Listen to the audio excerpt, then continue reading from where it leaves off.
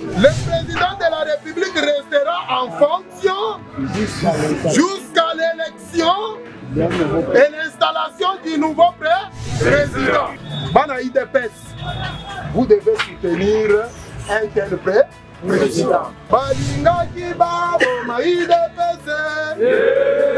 Balingaki babo ma IDPS.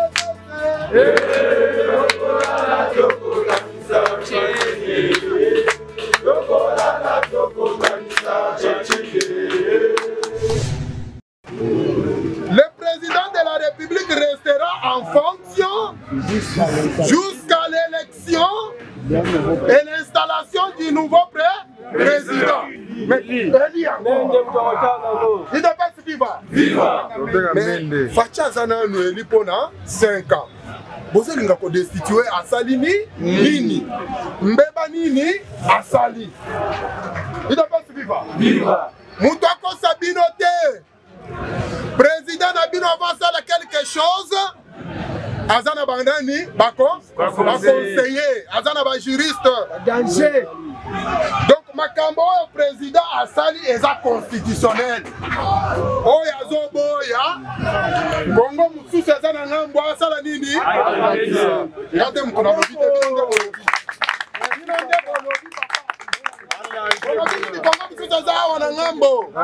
Asala nini? IDPS viva! Viva! Nous sommes un parti de gagnants. Est-ce que vous comprenez? Gagnant, Aza Moutoumoko, Tango, Aza Salanini, Aza Bougé. Donc notre parti, c'est un parti de gagnants. Nous sommes forts. Premièrement, physiquement. Deuxièmement, intelligemment. Donc le président n'a pas violé la constitution. Parce que Bangamoko va prouver bisoté. Botani Biloko Soki Prince et Bengalobi, Boyoka Kiango a démontré que Nakati à la Mouka Batamaye de Bazaar, Boutalamuka Zao, Alim Bissangaï, nous sommes habitués comme ça. Nous sommes chez nous. Donc on convertir jusqu'à ce que vous allez croire que Fachi est bien. Si on a tout dans la Martin Fayulu Mutuna Moko. Il dépasse viva. Viva. Bana il dépasse Bazawa. Bana Fachi Bazawa. Ceux qui vont s'apporter ça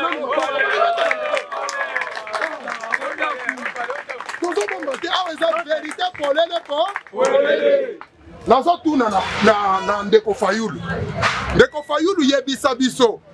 Yo lobi ke Fachi aza président élite. Afinga yawa.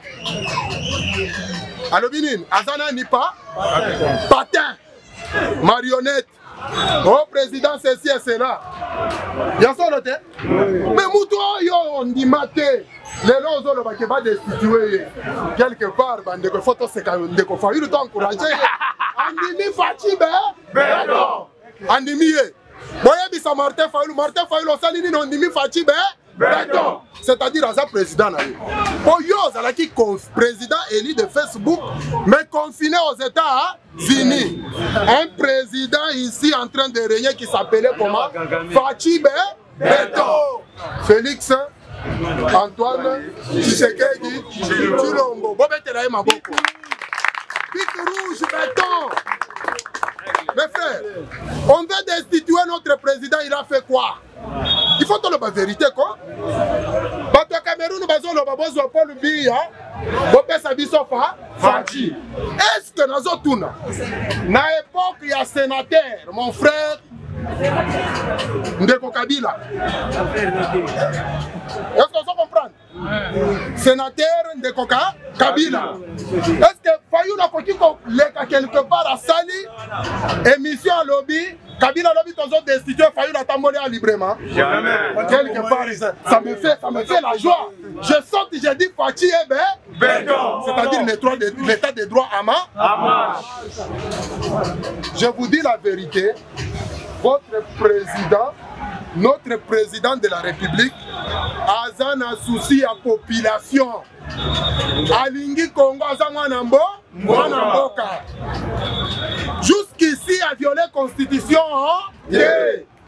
makambo asali il fallait qu'il asala yango na ndenge longo bani ndenge pe asaleli soki oboyi Congo eza mibale soki oboyi pe Angola eza pembeni na biso okatisi c'est-à-dire oza congolais te Faty est en train d'accomplir copieusement coup sur coup notre projet de société. Bana IDPS, vous devez soutenir un tel président. Toyebi ke ba chantier eza ebele. Mais il fallait quand même biloko elandana na mulongo moko boye, hein? Suivant un certain ordre. Et dans cet ordre-là, nous allons vous amener quelque part. Donc, comme nous en 2023, nous avons jugé Bisso. Donc, il y a dit que le peuple a senga sur le plan social quelque chose. Yangote. Il est bien vivant. Bah, investisseur, puisque pouvoir na Bisso, le premier partenaire, les Américains. Vous comprenez, hein? Oui. N'ayez pas de politique, c'est bien. C'est-à-dire, Misala et Koya. Mais badongoli miso batemo bandoki oh bazolinga nde bachabuli ekrakata ekolo nakata mboka na biso comme ça totikala na distraction na bango ndenge ba mesana komema biso na kati ya distraction. Mais cette fois-ci il faut toyebisa bango ke IDPS eza parti moko hein malette te. Est-ce que na Kinshasa awa entre autres qu'on se le dise tozana parti au koningisa IDPS ezate bako sabinote wana magablo bango nyonso bazoya na magablo na bango baye bapuize na IDPS ne basali nini babimi poso ki oyo kobeta IDPS te okozala na succès IDPS viva viva IDPS viva viva bana IDPS atango boza malili konga na yoka ke tango boza vraiment bato chocho IDPS viva viva ngana lingana yoka ta mutolo bawa alleluia alleluia amen IDPS viva alleluia na lingaki na clôturer premier point na niveau oyo Faty a violé la constitution pour toi pour sa communauté. Pour prouver biso yango. Mais si ko ezana eloko moko ya mutuya. Pour FCC a mimonaka mutu amayele. Alekibi biso. Toza en partenariat tosali nini tondi mi parce que j'insiste parce que notre leader politique qui est Faty Beton. Nano a se désolidariser na FCC te biso pe to tigami na coalition wana mais il faut tous à la vie vigilant po bango balakisi biso déjà face na bango Ngoyi Théodore aza mutu nini kabiliste de sang koloba FCC te ngana zoloba kabiliste de sang IDPS viva viva c'est-à-dire tango ye Théodore alongwe akei ko se coaliser na Fayulu yango monaki secrétaire na biso Augustin Kabuya mwana bute bobetela ina no maboko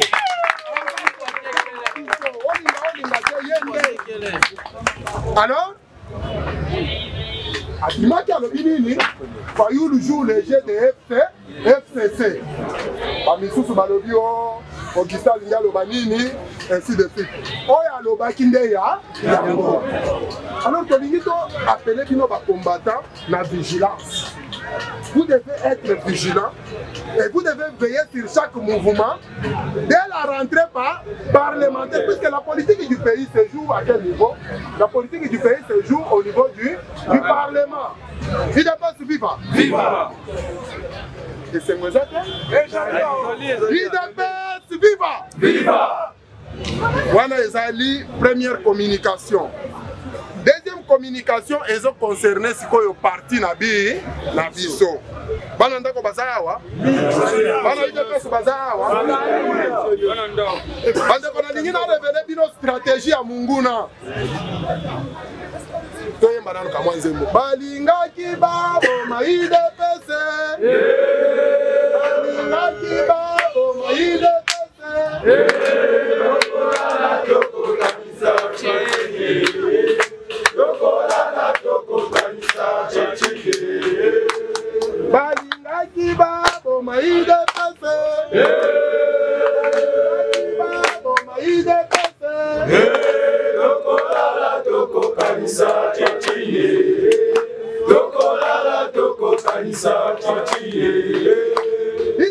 Viva! Viva!